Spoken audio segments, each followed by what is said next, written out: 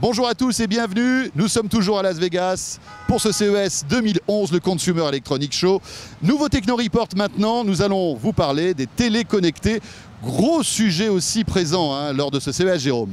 Oui, alors on aurait pu vous parler depuis l'intérieur du CES, mais il fait tellement beau qu'on a préféré être dehors. Donc voilà, vous êtes sur le Strip, l'avenue principale de Las Vegas, où se retrouvent tous les hôtels casinos. Regardez, on est en t-shirt et vous à Paris, vous avez froid, j'en suis sûr. Bien sûr, cette ambiance tropicale, des palmiers, des rochers, de l'eau, c'est magnifique. Ce lac là, magnifique, superbe, avec de jolies cascades. Bon, c'est la première fois que je sens un lac avec cette odeur de chlore quand même, c'est un peu bizarre ici. Parce que évidemment, tout ça c'est faux, c'est bidon, c'est artificiel. Même les canards là qui passent, qu'on voit. Je ne sais pas si c'est des vrais canards ou des canards télécommandés. Bon, enfin, bon, non, on dirait que ce sont des vrais. Mais...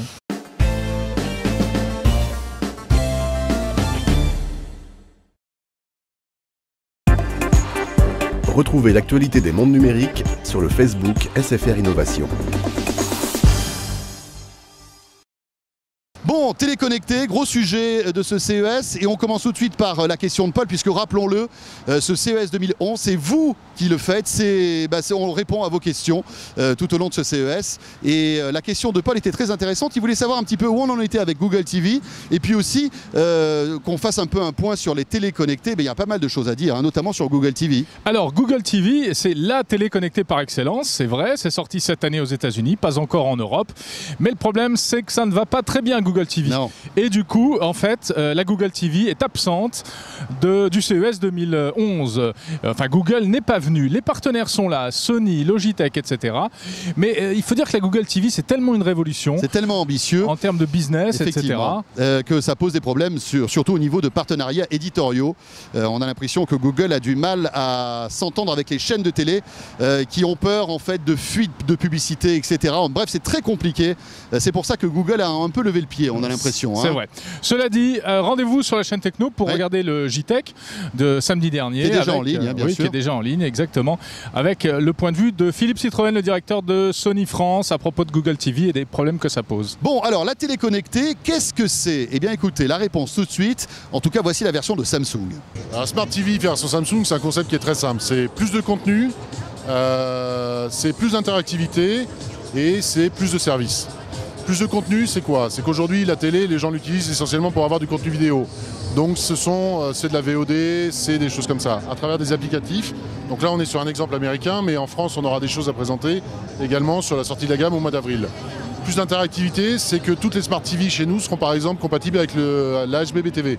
Donc c'est pas présenté aux États-Unis puisque ça n'a pas d'existence. Donc la norme européenne de télévision connectée. Voilà, tout à fait. Donc en fait, c'est l'interactivité gérée par les broadcasters français. D'accord. Et plus de services, en fait, c'est toujours la plateforme d'application Samsung Apps sur lequel on travaille sur du développement de contenu avec des développeurs locaux. Cette année, en 2010, ça avait donné des exemples comme Lina, donc la numérisation de la banque d'images de Lina accessible directement par une application. L'année prochaine, aujourd'hui, on est en discussion avec un certain nombre d'acteurs, je ne peux pas en dire beaucoup plus tout de suite, mais on aura des annonces sur le mois de mars pour avoir une offre complète pour le consommateur français. Retour sur le Strip au plein milieu de Las Vegas pour parler des télés connectées. Et on est toujours en t-shirt. Bon, non, moi je suis en pull, mais bon, oui, c'est un petit pull léger. Mais t'es beaucoup plus frileux que moi, c'est pour ça. Tiens, question de Stéphane, très intéressante aussi, qui voulait savoir comment on rendait sa télé connectée, Jérôme.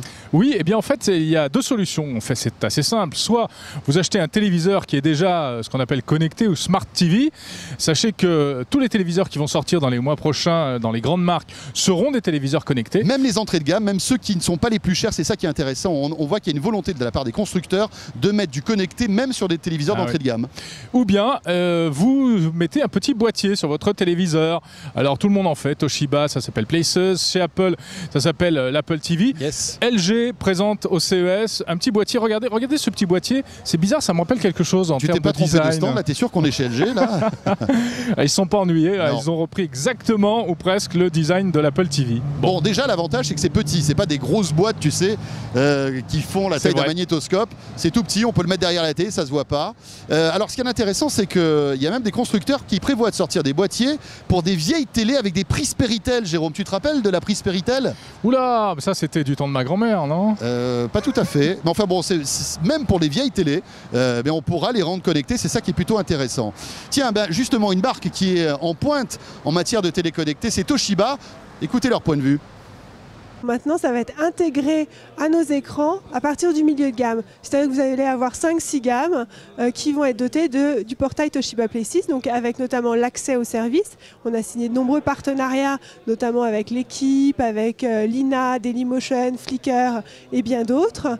Et aussi avec les fonctions de partage qui permettent de partager vos contenus avec tous vos contacts et d'autres fonctions encore qui sont apportées à un usage lié à la télé. Alors la France a été précurseur en matière de ce système Places. Hein. Je crois que la France a été le pays test un peu pour Toshiba. Les premiers retours sont bons puisque vous l'avez lancé il y a quelques mois. Oui, on l'a lancé au mois de novembre. Les premiers retours sont très bons. On l'a lancé donc dans un boîtier séparé.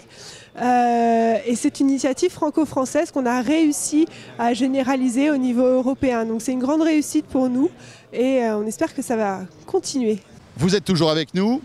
Vous faites bien. Nous sommes toujours sur le strip, ici, à Las Vegas pour ce CES 2011 et on parle téléconnecté, Jérôme. Et qui dit téléconnecté dit nouvelles interfaces oui. pour communiquer avec la télé parce qu'on va avoir de plus en plus de choses sur l'écran, des pop-up, des menus, des sous-fenêtres, etc. Des sous-fenêtres, j'adore ça, ça fait un peu peur. C'est vrai qu'on a l'impression que la télécommande de grand-papa, elle va disparaître. Non, parce que là, impossible de piloter tout ça. Hein. Exactement, aujourd'hui il nous faut presque un clavier, il nous faut un écran tactile pour piloter la télé. Alors c'est par exemple Google avec sa télécommande fabriquée par Logitech, oui. Qui reprend... Très jolie télécommande d'ailleurs. Oui, hein. qui propose un véritable clavier à touche. Et puis des constructeurs qui commencent à faire des télécommandes avec de grands écrans sur lesquels on peut même voir des images d'une autre chaîne pendant qu'on zappe, etc. C'est le cas de chez Samsung hein, qui a une très très belle télécommande avec un écran intégré. Et si par exemple vous voulez terminer le visionnage d'un film ou d'un match de foot directement dans votre lit, vous éteignez votre télé et puis vous avez ce match qui se poursuit sur votre télécommande. Et puis on voit bien, François, excuse-moi, que Apple a compris le truc depuis longtemps puisque l'iPhone et l'iPad sont aussi, on en a parlé sur la chaîne Techno, maintenant des télécommandes pour les téléviseurs. Alors, bien évidemment l'iPhone et l'iPad, mais aussi toute une batterie de téléphones Android. Vous téléchargez une petite application et cette application va vous permettre de télécommander votre télé. C'est plutôt pas mal, ça marche bien. Hein.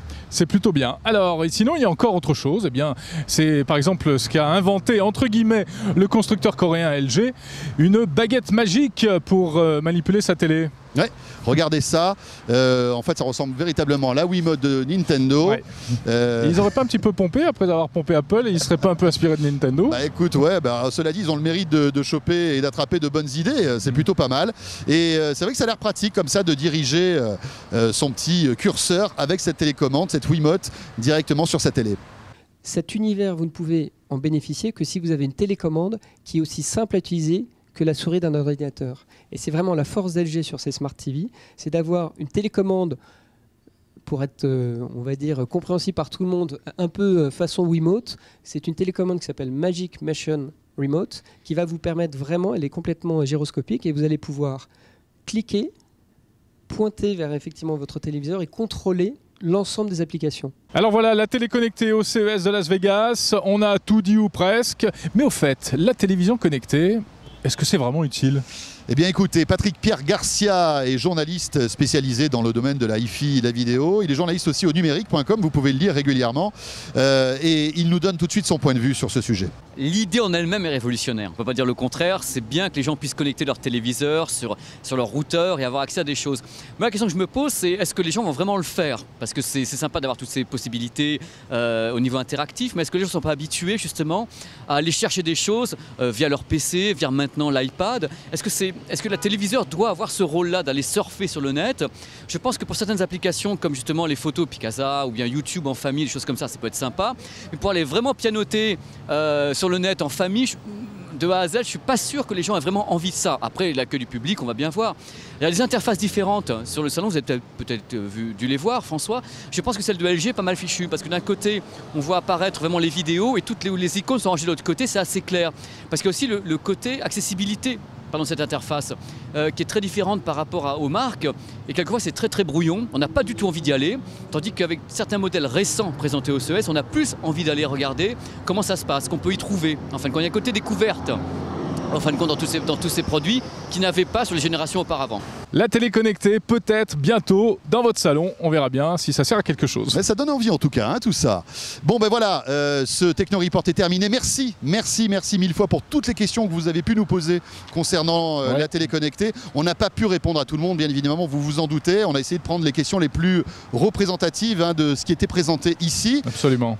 Ces Techno Report spécial Las Vegas se poursuivent. On revient dans quelques heures avec encore d'autres sujets liés aux nouvelles technologies depuis le CES de Las Vegas. Et bien sûr, tout cela reste en ligne et consultable à tout instant sur la chaîne techno.com. Et sur l'appli iPhone ou bien l'appli Windows Phone, bien évidemment. Salut à tous. Ciao, bye bye.